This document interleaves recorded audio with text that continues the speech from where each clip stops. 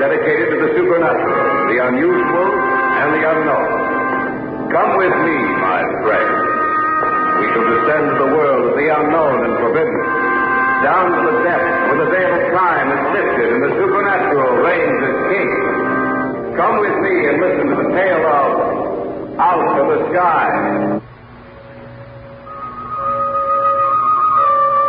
Certainly, there is in all the vastness of the universe many worlds on which intelligent life has developed.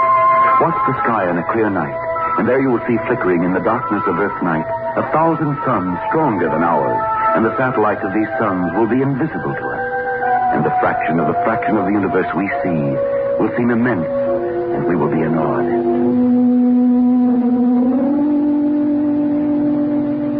Already men's minds have turned to the stillness of space. Already his thirst for knowledge has led him in imagination on many an expedition into space. The most primary things we know.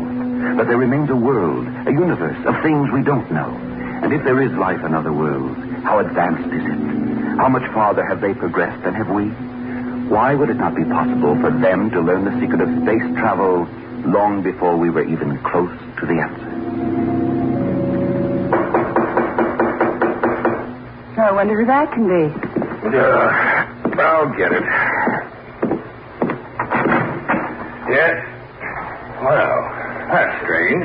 Who is it, dear? No one. There's no one out here at all. I don't know if someone... What's the matter? What the...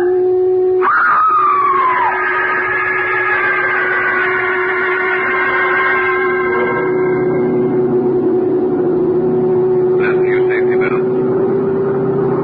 That's your safety belt.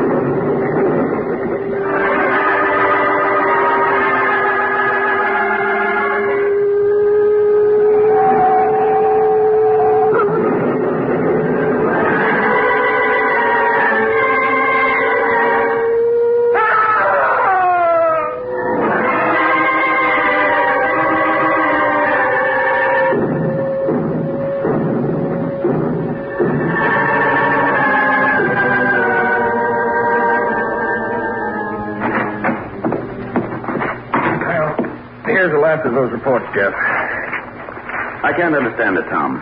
A man and his wife who died, an airplane that crashed, several people killed in their cars, and several mysterious explosions. I just can't understand it. Sabotage, maybe. I don't think so. Sabotage involves destruction of a country's production potential, propaganda, that kind of thing. These people who died in their cars, a man and wife they found dead in their home, that's not sabotage. They don't work that way. Why is it happening, then? I don't know. That's what's almost driving me crazy. These people have died, except in the smash-ups. There isn't a mark on them, nothing to show how they died. No clues, nothing at all. One thing. Do you notice how this has all been centered in one section of the country? Yes, in the southeast, not far from the Atlantic coast. And around this one town, right here on the map. One isolated town. There's a report here I didn't show you, Tom. No? What is it? Came in a short while ago. Traces of radioactivity have been found at each scene of disaster. Radioactivity? That's correct. Carlson here. Yes, Tom Dakin's in here right now. It has us puzzled too, Major. No, we haven't learned anything else. Yes, sir. Yes, I understand. Goodbye. That was Major Williams. So I gathered. He wants us to go down there. Oh, when? Just as soon as possible. He says he's pretty sure this isn't sabotage. That he thinks there's something far more terrible than that in back of it.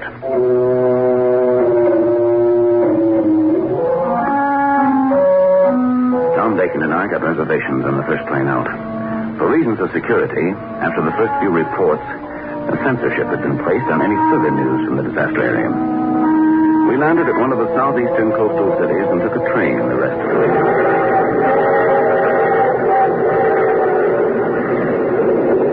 Another hour, we'll be there, Tom. Yes, I know. Why so gloomy? Well, we don't know what we're fighting. What's behind everything that happened? That's what we're supposed to find out. Yes, I know. And that's what I'm afraid of.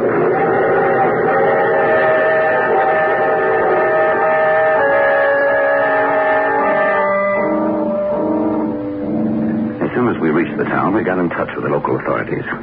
They took us on a tour of some of the disaster sites. We finally wound up at the lone house where the man and his wife had died. By that time, it was 9 o'clock at night. The chief said he'd wait out in the car for us. He's probably tired of seeing these places. The chalk lines on the floor show where they found the bodies. And these pictures show us the position they were in. Yes, but they don't tell us anything. Let's check the radioactivity. Use your Geiger counter. Right. And that's radioactive, all right. Move over a little closer to where the bodies were lying. Jeff! Yes? What did they say the reading was before? 2. Well, something's crazy then. This reading is 4.3. What? That's right. That must mean the radioactivity is increasing. But how? I don't know. Can't answer any more than... Listen. What do you hear? Turn that Geiger counter off. Right. Now, do you hear it? Yes. Like a high-frequency hum. Where's it coming from? You tell me. What's that? Sounded like an explosion from outside. Come on, we'd better see what it was. Tom. Yes, I see it. Where that police car was waiting for it. There's nothing there now but a pile of smoking metal.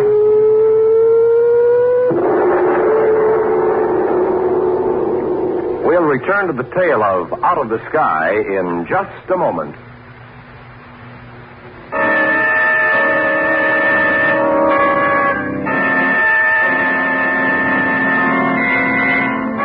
Back now to the Hall of Fantasy and the tale of Out of the Sky.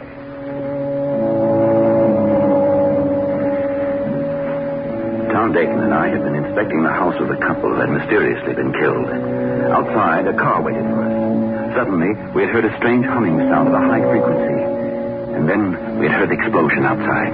We ran outside only to discover that the police car was a mass of smoking wreckage. Tom, there's nothing left but a pile of smoking metal. Yes, I see it. What could have happened? I don't know. We'd better send a wire to Williams. Get him out here. I don't like the looks of this.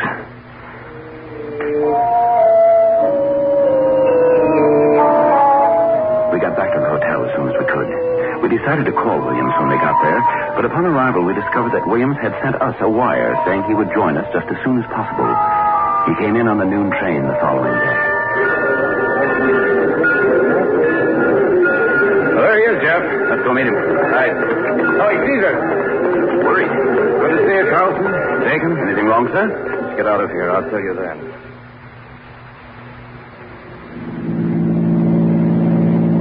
Have you seen all the places where the accidents took place?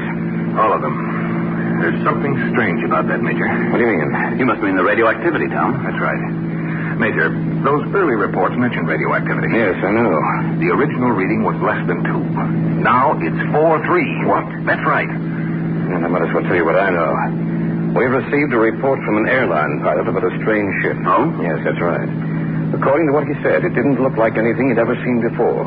That there wasn't a silhouette of any ship on Earth that looked like what he saw. What did it look like? It was circular in design. Like... Yes, that's right. We told you about what happened last night. Yes. It's a good thing you weren't in that car. Who are they? Visitors from out of the sky, Dick. Out of the sky? Out of space, if you prefer. And you believe the pilot's story? Yes, I do. But why did they come here? Well, they're not friendly. We're sure of that. And they're concentrating on this area. That means their ship is somewhere around here. We have to find that ship. No matter what the cost, it and they must be destroyed.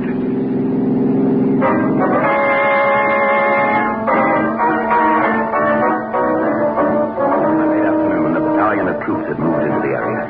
They were kept out of the town proper, so as not to frighten the citizens. Another battalion would arrive the following morning, and then would begin the long search to locate the mysterious visitors from out of the sky. About 7:30 that evening, Tom Dakin went out to visit some of the places where the accident had occurred.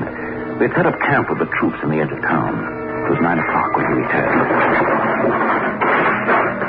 Yes? Major Williams. What is, Tom? Look, I went out to where some of those automobile crashes took place. Yeah? I took the Geiger counter along. What happened? The reading's up again. It's over 5. Did you check just one site? No. 3 of them. The reading's over 5 in each place, and one of them was close to 6. It means that radioactivity is increasing. But why? And another thing, the area of radioactivity seems to be spreading. Spreading? That's right. Jeff and I checked them yesterday. Now, one of the officials with us said the area seemed larger than it was before. Tonight I discovered it was larger than it had been yesterday, and I'll lay even odds it'll increase by tomorrow. Come here a minute. I have a map here with every site in which an accident occurred. Let's take a look at it. For one thing, all those little marks you have on that map seem to be in a definite pattern. Yes, I noticed that earlier. Look. The whole town is encircled by these spots. And they seem to be spaced at regular intervals throughout the town, too. And they spread. What did you say, Major? Each of those little spots you see on the map represents a radioactive area, Carlson. A radioactive area that is spreading all the time. It's like a fire. See how the town is ringed with those little spots? And see how they're spaced inside the town? The area of radioactivity is moving in from outside the town, and from those spots inside, it will spread and move out. Spread like a fire until the whole town is nothing but a mass of radioactivity. And the people must be evacuated. That's right, just as soon as possible. Mr. Williams, someone to see you, sir. They told me you're the man I should see. Major Williams? Yes. My name's Kincaid. I own a farm about 15 miles from What here. did you want to see me about, Mrs. Kincaid? I'm a spinster, Major. It's Miss. I'm sorry. You shouldn't stand on ceremony, I guess. I saw something funny I think you ought to know about. For heaven's sakes, what is it? I got a lot of property, Major, and there's a lot of woods on it. I was out this evening just walking around the place. I like to do that, you know. I was walking down near the South 40. That's where the woods is the thickest. And I heard a queer humming sound. Like a high-frequency hum? I don't know what frequency it was. It was just a hum. I didn't know what it was, but I walked into the woods anyway. And then I saw it. What did you see? Funniest looking thing I ever saw in my life. Big and round. And it glowed. Seemed to be surrounded by a circle of glowing light. Looked like a ship of some kind. Kind you might imagine would be a spaceship. Will you take us out there? That's what I came for. This may be the thing we've been looking for. Come on.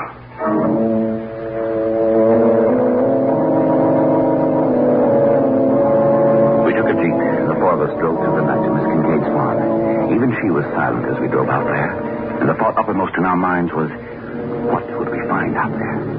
Who were they? And what did they look like? I've never been so bruised in all my life. Oh, is that the woods up there? That's right. I don't see anything up there. Oh, the trees are too thick. Can't see a thing till we get inside the woods. There's a clearing near the center of them. Well, this is as far as we can go. All right. Let's go. Well, I'll lead the way. You just follow me. She's not making all this up. I don't think she is. It seems too perfectly with what we know. Yes, you're right, Major. Yes, I hear it. It ain't far now. Look up there. There seems to be some light. That must be it. Strange kind of light, like a phosphorescent glow. It's getting stronger. Getting very close to it. Yes. There it is. Well, what do you think of it? It's just like you said, Miss Kincaid. Want to go up close and get a good look? Don't be a fool. The thing is surrounded by a radioactive circle. If we step into that band of phosphorescence, we'd be dead within a matter of minutes. It's frightening.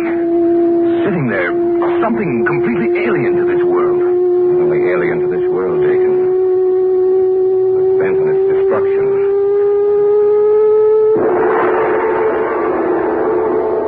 You are listening to the tale of Out of the Sky on this week's journey down the corridors of the Hall of Fantasy. We'll return to our story in just a moment.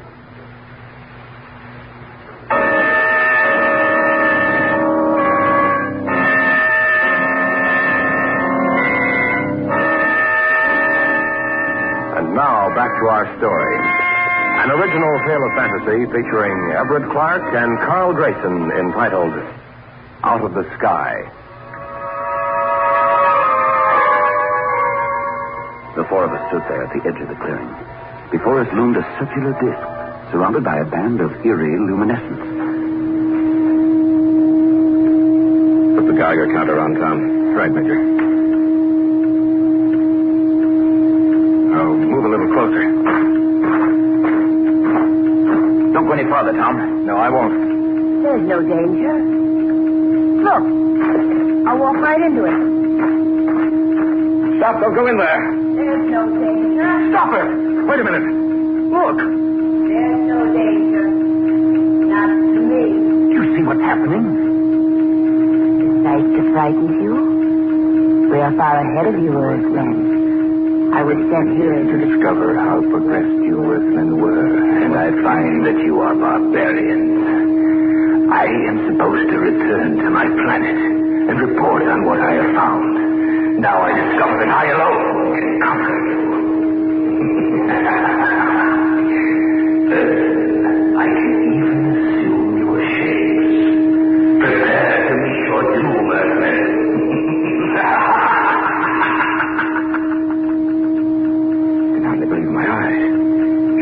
It went into that phosphorescence and then it dissolved before us. And something seemed to float there with no body, no clear outline as to its form. It said, prepare to meet your doom.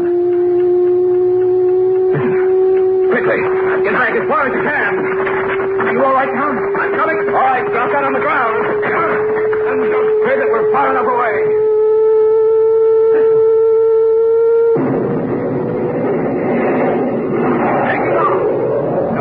Traveling. It's gone.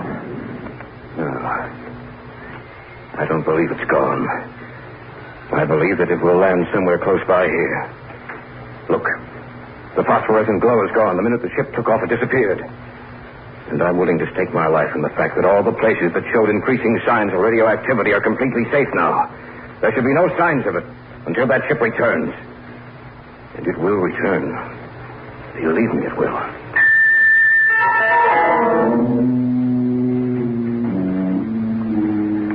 As soon as we got back to the camp, we sent details out to ascertain whether Major Williams' surmise was correct. It was.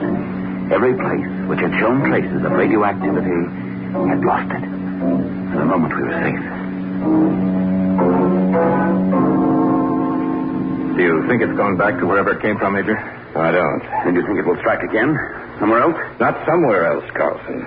It will return to this area. Why? The preliminary operations were begun here, Jeff. Evidently, that ship must be on the ground in order for it to increase the radioactivity in those areas which it has already struck. The minute it leaves the ground contact, the radioactivity circuit is broken. It will have to return to reactivate those circuits. And we'll know when it returns when those spots show signs of renewed radioactivity. But why would they want to conquer us, Major Williams? Why not come as friends? Perhaps they believe that we'd be hostile to any friendly overtures. I don't know. Maybe they're ruled by a party that wants to conquer planets, just as we've sometimes been ruled by men who wanted to conquer nations. The visitor said we were barbarians. In relation to their technological advancement, perhaps we are. But I think that gives us our one chance of defeating him. How? I think he's underestimated us. Underestimated our weapons. He landed here in a rural section of the country. He doesn't realize the weapons we do have at our command. And that may be our trump card.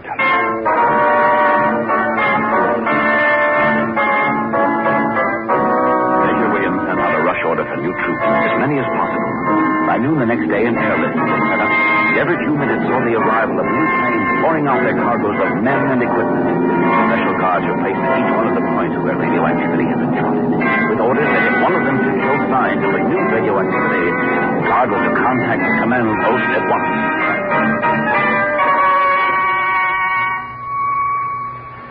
It was the evening of the second day after the ship had blasted off.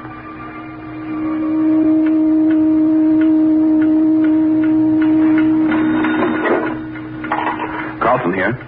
Yes. Yes, I understand. Yes. Move away from the center of the danger point.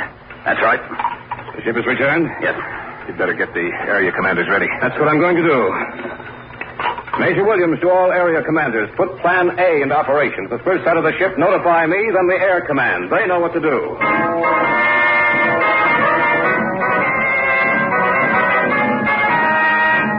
Reports coming in from each guard post that signs of radioactivity had reappeared. From where we were, we could hear the reconnaissance planes taking off. The whole camp had suddenly roused itself from the lethargy of waiting to a concerted drive to find the enemy and destroy him.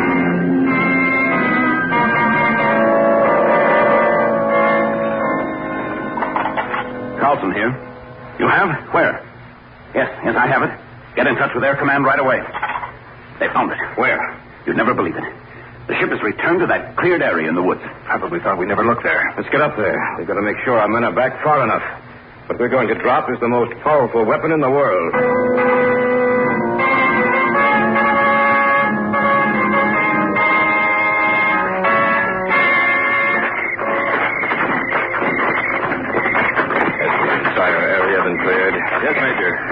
have all been ordered back beyond the danger point. Good. I wonder if the thing inside that ship knows. Yes, I think it does know. Why doesn't that plane get here? Sound is getting stronger. Maybe this is a trap. Maybe that thing knew what we'd do. Perhaps it can destroy everything in this area for miles around. Maybe that was the reason we were allowed to live, so that we could bring in reinforcements. It can destroy 100,000 in this.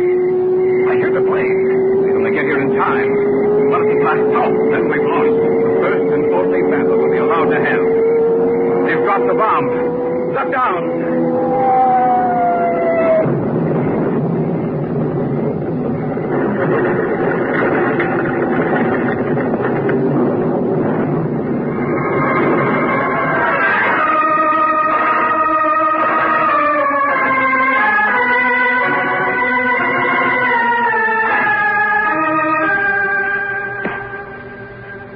We've done it, Major. We've done it. The ship was destroyed completely.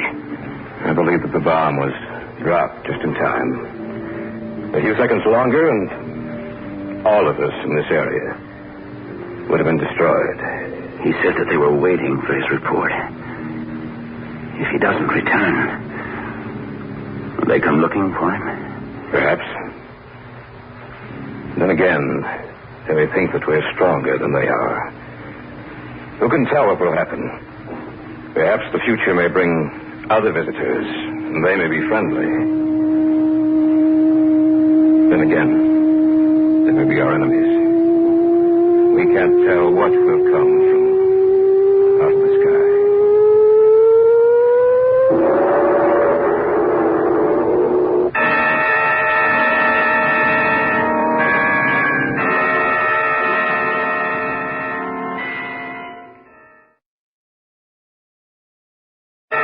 Spooky Ventures is the home for spooky content and spooky merchandise on the web.